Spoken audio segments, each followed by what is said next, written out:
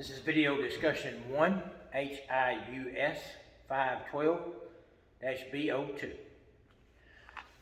Although most Americans recognize the name John Hancock, few contributed to anything other than urban slang for one signature or the famous insurance company in Boston, Massachusetts.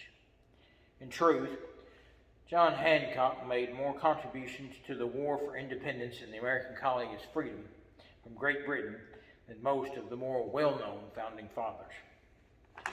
John Hancock was born on January the 23rd, 1737, to a Congregationalist minister in Braintree, Massachusetts.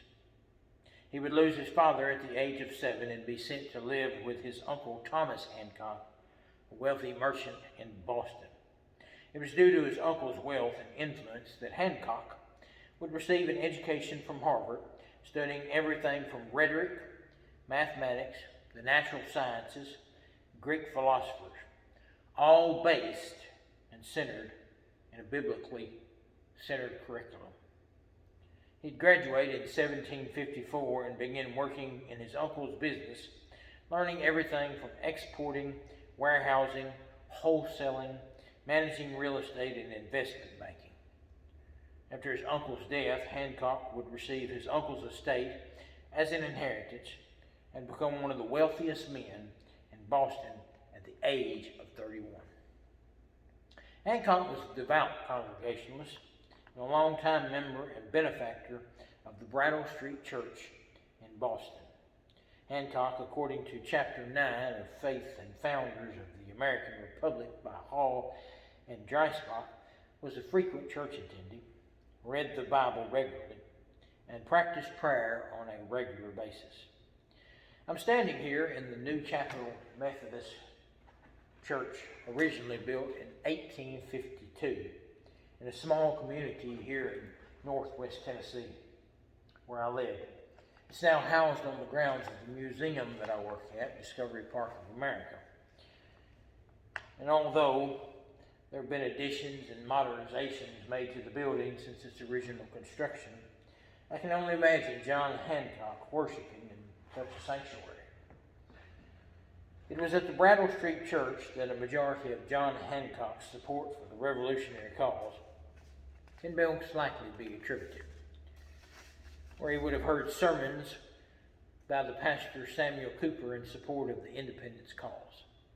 Hancock was a firm believer that government was meant to exist for the security of citizens and their property, stating that I am a friend of a righteous government, founded upon the principles of reason and justice, but an enemy of despotism.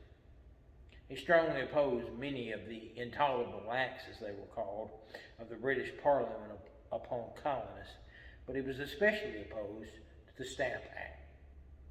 This has most likely stemmed from his business of importing and exporting, considering many of the items he provided through his business were heavily taxed or tariffed. But Hancock's support for the war for independence did not stop at his personal beliefs. Hancock also contributed a great deal of monetary support to help finance the cause. He spent a tremendous amount on arms and ammunition, loaned money to purchase other needed supplies for troops, and after the war contributed a great deal of finances to help Bostonians rebuild homes and businesses destroyed by fires and the war.